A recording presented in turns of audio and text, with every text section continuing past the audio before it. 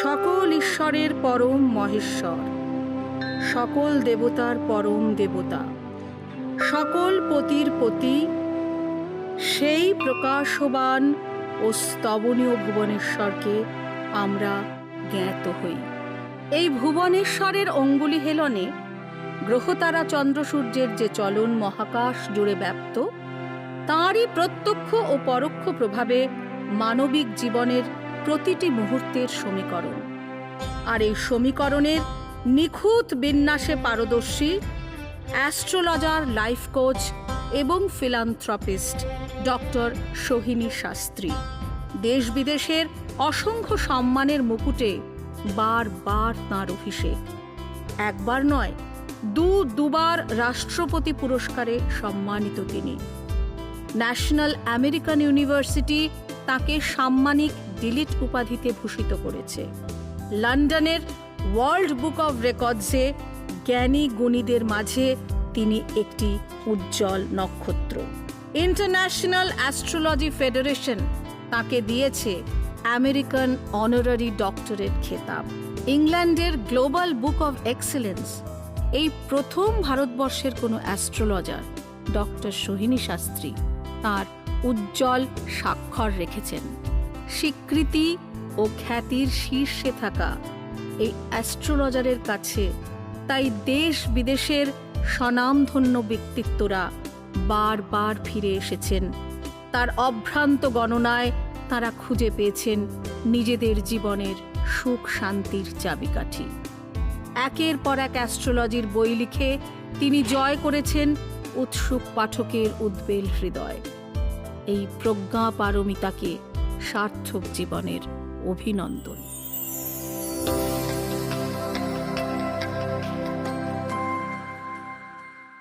2025 কেমন যাবে? আপনি কি কর্কট রাশি?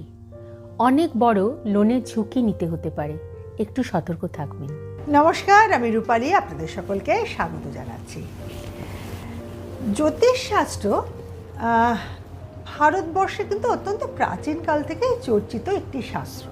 সেটা আমরা সবাই জানি। ভারতবর্ষের মাটিতে যারা রয়েছেন তারা সবাই যে জ্যোতিষশাস্ত্র সম্বন্ধে কণামাত্র অবহিত নন সেটা বলে মিথ্যে কথা বলা হবে। কেউ মনে করেন জ্যোতিষশাস্ত্র খুব কঠিন অঙ্ক, কেউ মনে করেন জ্যোতিষশাস্ত্র হচ্ছে অকাল্ট সায়েন্স, কেউ মনে করেন এটা হচ্ছে একটি আধ্যাত্মিক বিষয়, কেউ মনে করেন না জ্যোতিষশাস্ত্র আসলে পুরোটাই একটা সুপারস্টিশন, ভুল বোঝানো, নানা লোকের নানা রকম ধারণা।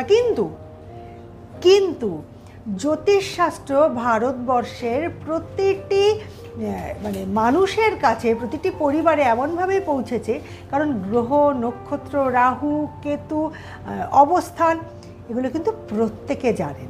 এবং গোটা বিশ্বে ভারতীয় যারা জ্যোতিষশাস্ত্র বিশেষজ্ঞ তাদের নাম কিন্তু পৌঁছে গেছে। আমি আজকের দিনের কথা বলছি না, আমি পুরনো দিনে মিহির ভট্ট, বরাহ মিহির, খনা, এই সময় থেকেই বলতে গেলে এই ক্যালকুলেশন, যেটা এখন আমাদের কাছে প্রবাদ, মিথ আমরা বলি, যে কীভাবে খনার বচন ছিল, কীভাবে তারা ক্যালকুলেট করতেন, এবং আমরা বিভিন্ন মানুষের কাছে শুনি অমুক খুব ভালো ক্যালকুলেট করতে পারেন, তমুক এইটা বলে দিয়েছিলেন। আমরা নিজেরা হয়তো ব্যক্তিগত জীবনে অনেক অভিজ্ঞতা হয়েছে যেগুলো না সো কল বুদ্ধি বা যুক্তি দিয়ে আমরা ক্যালকুলেট করে বুঝতে পারিনি এটা কি করে হলো। তখনই আমরা বলি কখনো মিরাকল, কখনো আমরা বলি জানি না এটা ভগবানের খেলা, কখনো আমরা বলি যে না এর পেছনে নিশ্চয়ই একটা বিজ্ঞান আছে, কিন্তু এখনও অবধি বিজ্ঞানীরা সেটা খুঁজে পাননি। এর নানা রকম আলোচনা হয়। কিন্তু ভারতীয় জ্যোতিষশাস্ত্রে এই প্রজন্মের একজন ভারতীয় নারী গোটা বিশ্বের দরবারে এমনভাবেই পৌঁছে দিয়েছেন যে মানুষের গোটা বিশ্ব জুড়ে এই জ্যোতিষশাস্ত্রের প্রতি, এই ক্যালকুলেশনের প্রতি, এই ক্ষমতার প্রতি কিন্তু সম্মান, শ্রদ্ধা অনেক বেশি বেড়ে গেছে। সেই অর্থে কিন্তু যিনি এটা পৌঁছে দিচ্ছেন তাকে শুধুমাত্র একজন জ্যোতিষশাস্ত্র বিশেষজ্ঞ বলবো না, তিনি বলবো কিন্তু আমাদের ভারতবর্ষের একজন ফ্ল্যাগ বেয়ারার।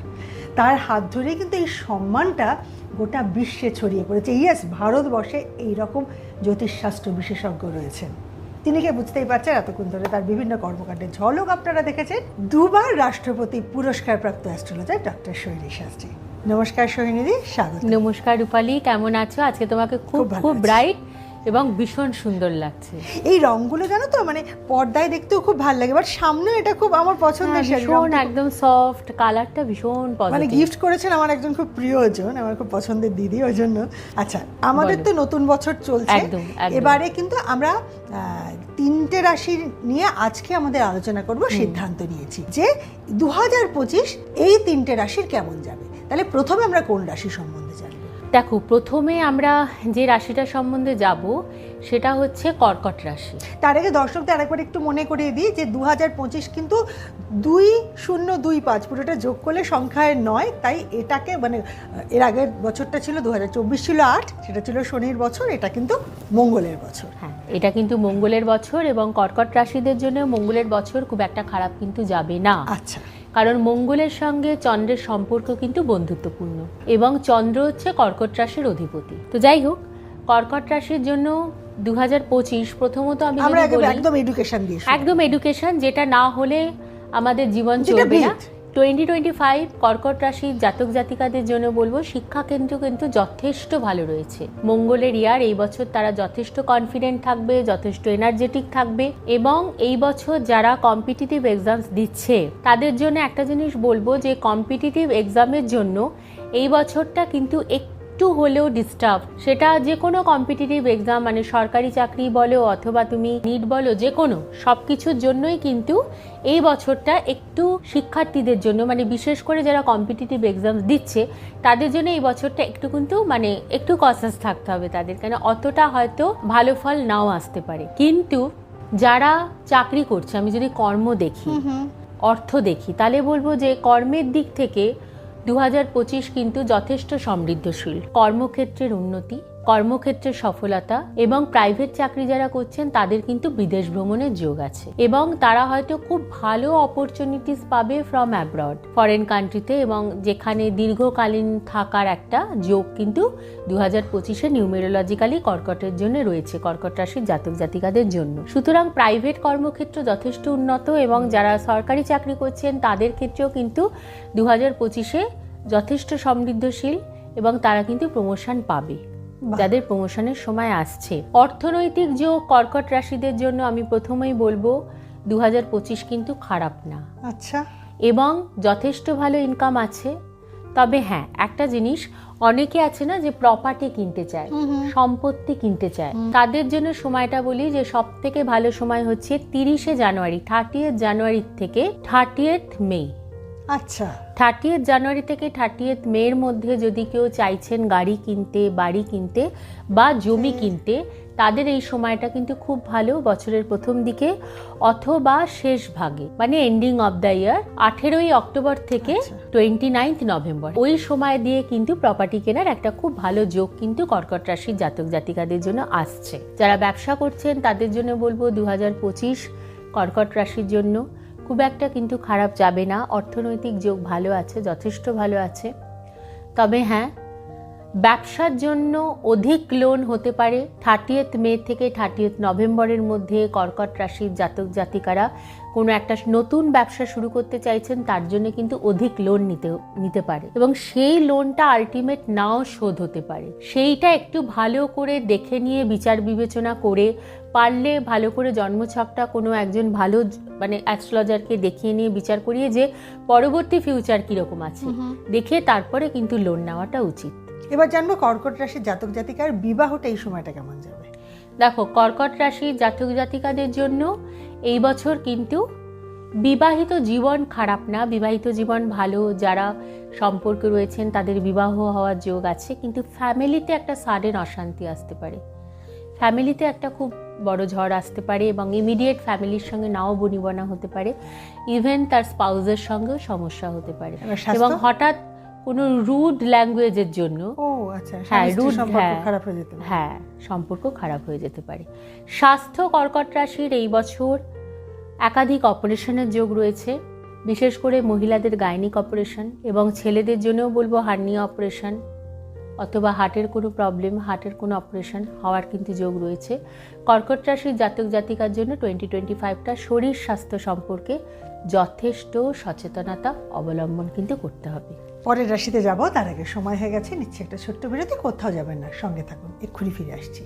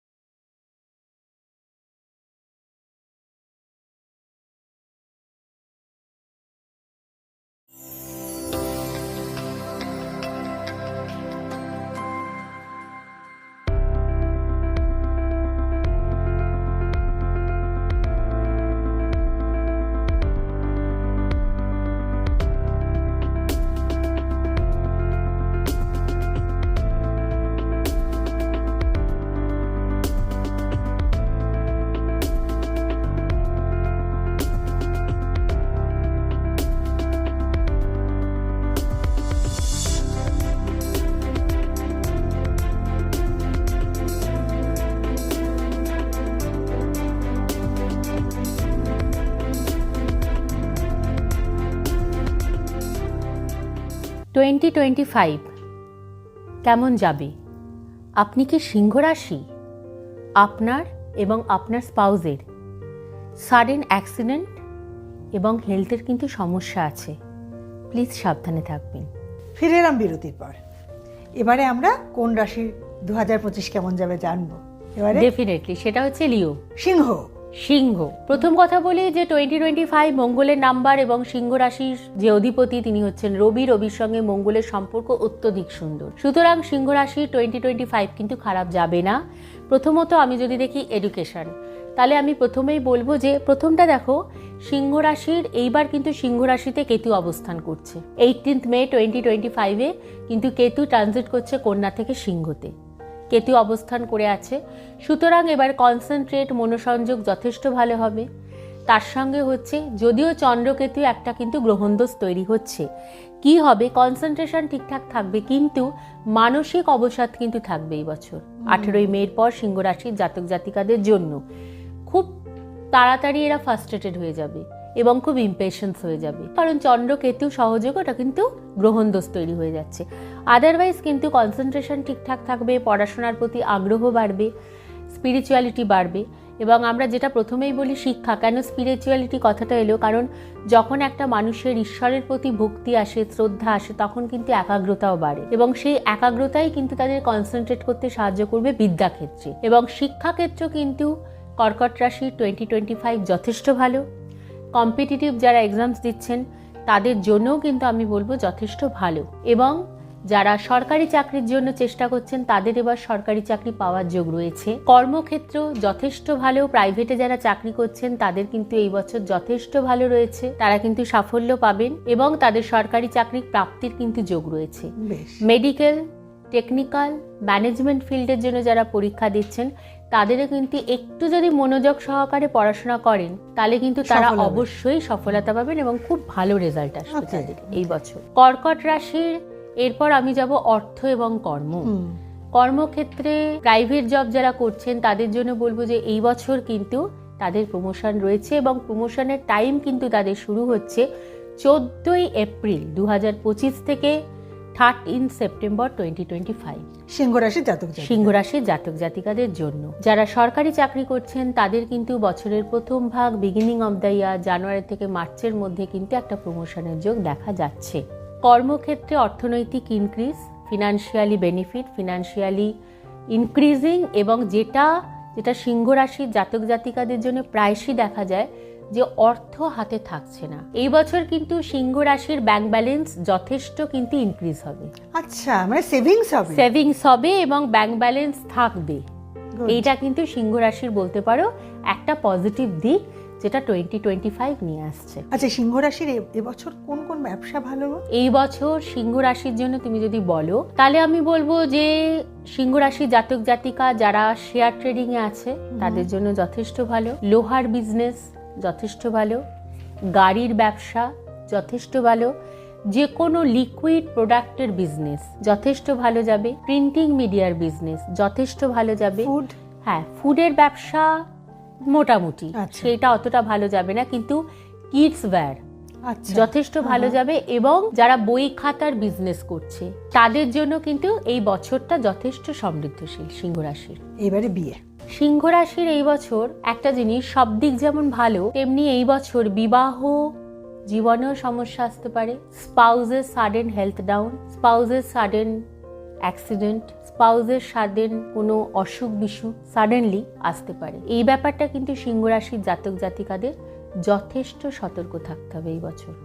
আর ওনার নিজের মানে মানে যে এবং জাতক বা নিজের জাতিকার, জাতক বা জাতিকারও কিন্তু এই বছর জটিল অস্ত্রোপচার, পেটে, হাঁটুতে মানে নি রিপ্লেসমেন্ট হতে পারে, পেটে কোনো জটিল সার্জারি হতে পারে এবং তার সঙ্গে কোনো কঠিন রোগও আসতে পারে। এবং যারা আর্থারাইটিসে ভুগছেন তাদের এইটা সারাটা বছর কিন্তু একটু আর্থারাইটিস পেন থাকবে। সময় হয়ে গেছে, আর এখনো অনেক কিছু আলোচনা বাকি রয়েছে, কিন্তু নিচ্ছে একটা ছোট্ট বিরতি, কোথাও যাবে না, সঙ্গে থাকুন, এক্ষুনি ফিরছি।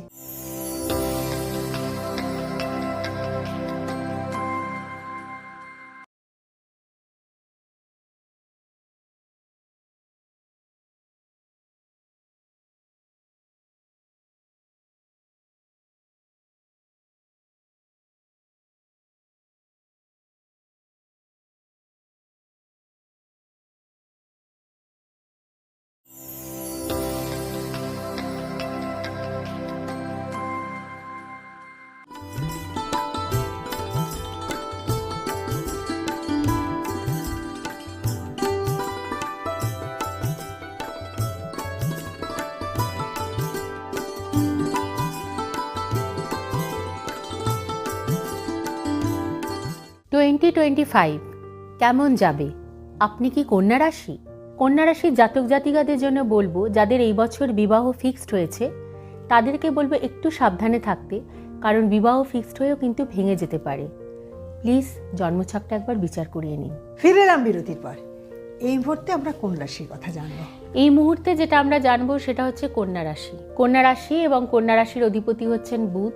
কন্যা রাশিদের প্রথমে যেটা বলি রূপালী, সেটা হচ্ছে আমাদের শিক্ষা। তো এই বছর শিক্ষার্থীদের জন্য কিন্তু বছরটা আমি বলবো যে খারাপ না, যদিও সামান্য কনসেন্ট্রেশন প্রবলেম কন্যা রাশির জাতক জাতিকাদের এই বছর দেখা দেবে এবং কিছু ক্ষেত্রেও সেকেন্ডারি এডুকেশনে একটু বাধা আসতে পারে due to concentration, lack of concentration. সেই জায়গাটা একটু সজাগ থাকতে হবে, সতর্ক থাকতে হবে।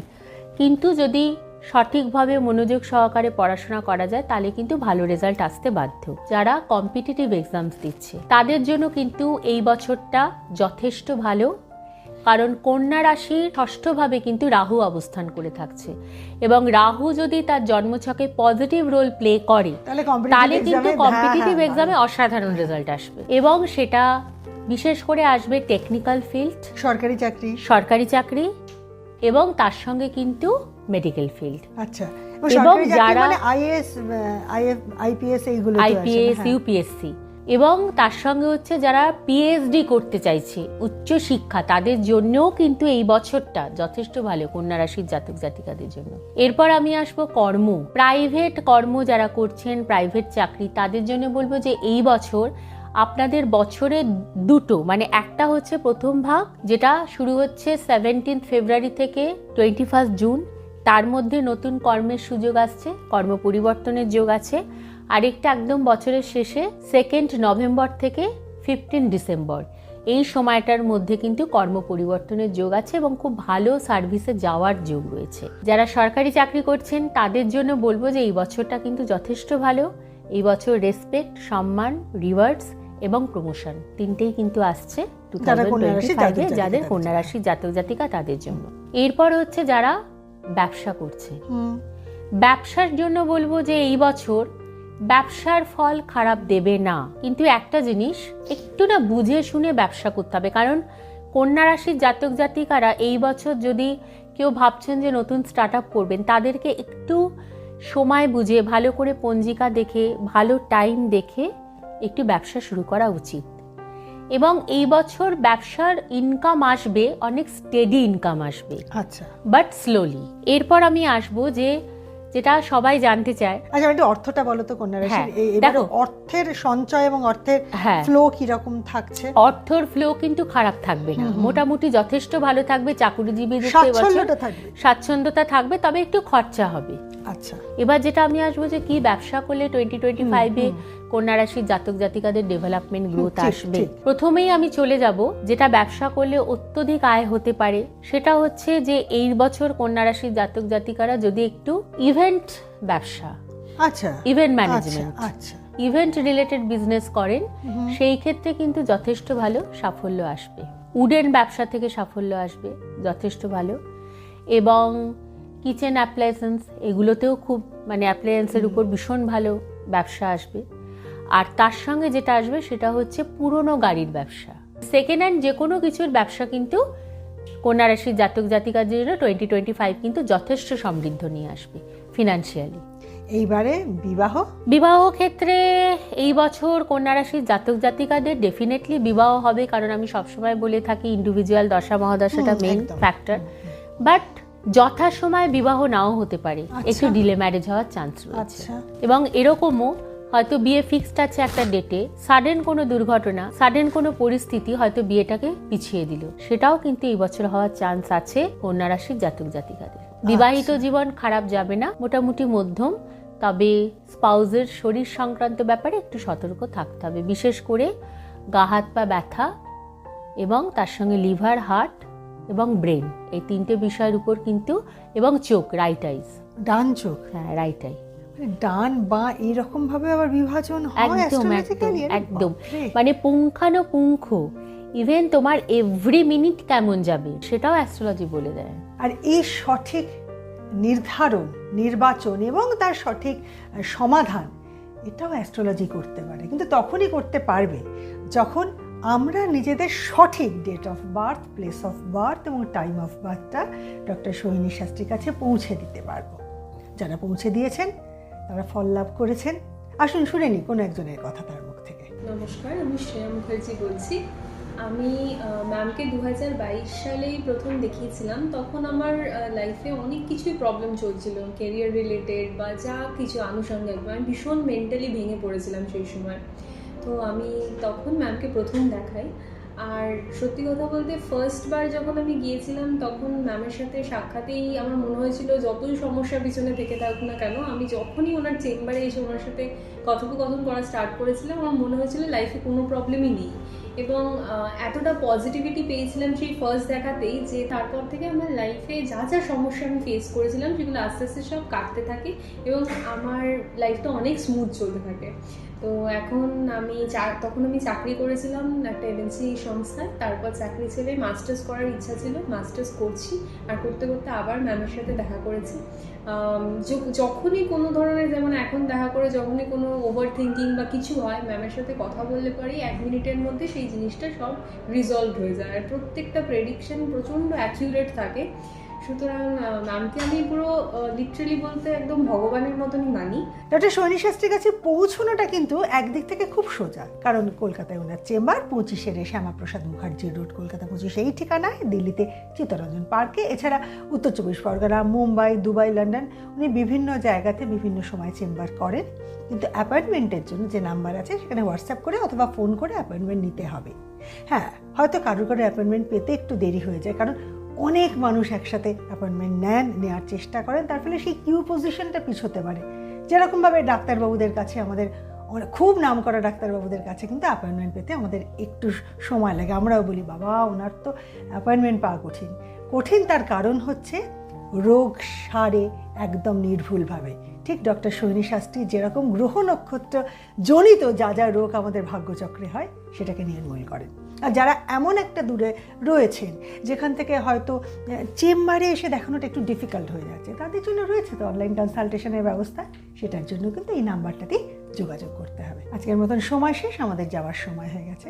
আগামী দিন আপনাদের সঙ্গে দেখা হচ্ছে এই সময়ে, এই চ্যানেলে, এই অনুষ্ঠানে। ভালো থাকবেন।